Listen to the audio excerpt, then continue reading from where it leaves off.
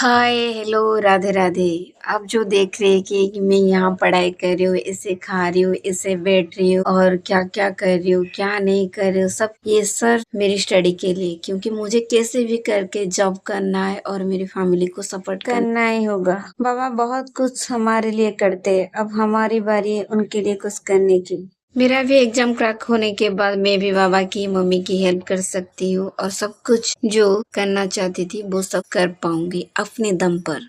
जैसे कि आप सबको मैं प्रीवियस वीडियो में बता चुकी हूँ कि सितंबर में एसएससी सीजीएल का एग्जाम होगा, तो इसके साथ पढ़ाई के लिए बहुत सारे टाइम भी मिल गया। टाइम मिलने से क्या होगा, जितना टाइम मिलने से अच्छी तरह रिवाइज करते रहिए और एसएससी सीजीएल की बहुत सारे मॉक टेस्ट और प्रीवियस ईयर क्वेश्चन भी लगाते रहिए, क्योंकि ये सब नहीं करेंगे तो एसएससी सीजीएल क्रैकिंग नहीं कर पाएंगे।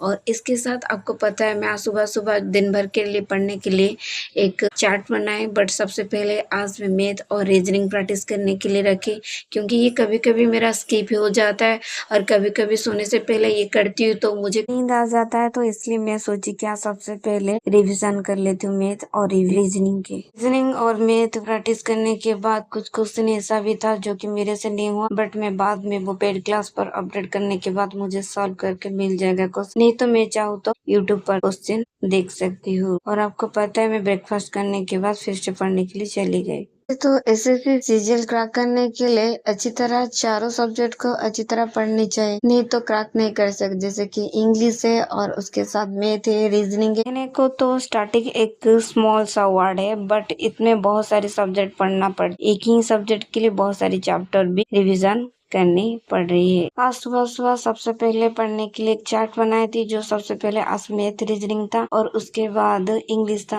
और आपको पता है इंग्लिश में इतनी सारी वोकाब है, जितनी भी वोकाब मैं पढ़ती हूँ सब कुछ मुझे नया ही लगता है। प्रीवियस ईयर रिलेटेड जितना भी पेपर मैंने सॉल्व किया वो सब, जितना भी इंग्लिश के क्वेश्चन आया वोकाब, मैं सब वो फिर से रिवाइज करती रहती हूँ, क्योंकि मुझे लगता है कि इससे रिलेटेड कुछ क्वेश्चन आ सकता है और सेम भी क्वेश्चन पूछने के ज्यादा से ज्यादा चांस है। आज मैं टारगेट रखी थी जैसे कि 50 से ज्यादा क्वेश्चन ही वोकाब का रिवाइज करूंगी, बट 50 तो क्वेश्चन रिवाइज हो गया, बट 50 में कितना क्वेश्चन मुझे याद ही नहीं हो रही है। ऐसे तो मैं आप सबके साथ 10 आवर 8 आवर की स्टडी ब्लॉग शेयर करती रहती हूँ, बट मैं 10 आवर नहीं ज्यादा से ज्यादा 12 आवर के बाद भी स्टडी करती रहती हूँ, क्योंकि मेरा जो कंप्लीट नहीं होता, रात को कम भी सोती हूँ बट मेरा अच्छी तरह रिवाइज करने के बाद ही सोने के लिए जाती हूँ। वैसे तो स्टैटिक रिलेटेड में करंट अफेयर्स भी आता रहता है, तो करंट अफेयर्स भी हमें पढ़नी पड़ेगी। और आपको पता है मैं अभी जून की करंट अफेयर्स रिवाइज कर रही हूँ और जो इम्पोर्टेंट है वो फिर से लिखने की ट्राई कर रही हूँ, क्योंकि लिखने से कुछ याद हो जाएगा क्वेश्चन। और ऐसे तो बहुत सारी इस रिलेटेड स्टैटिक भी है और फेस्टिवल और डांस, ऐसे भी जो क्वेश्चन आ रहा है जीआई टैग, वो भी मुझे पढ़नी पड़ेगी। और आप भी ऐसे ही रिलेटेड करके पढ़ते रहिए। कभी कभी क्वेश्चन एग्जाम पर 2023 का आ जाता तो हम सोचते कि 2023 के करंट अफेयर्स क्यों पूछ रही,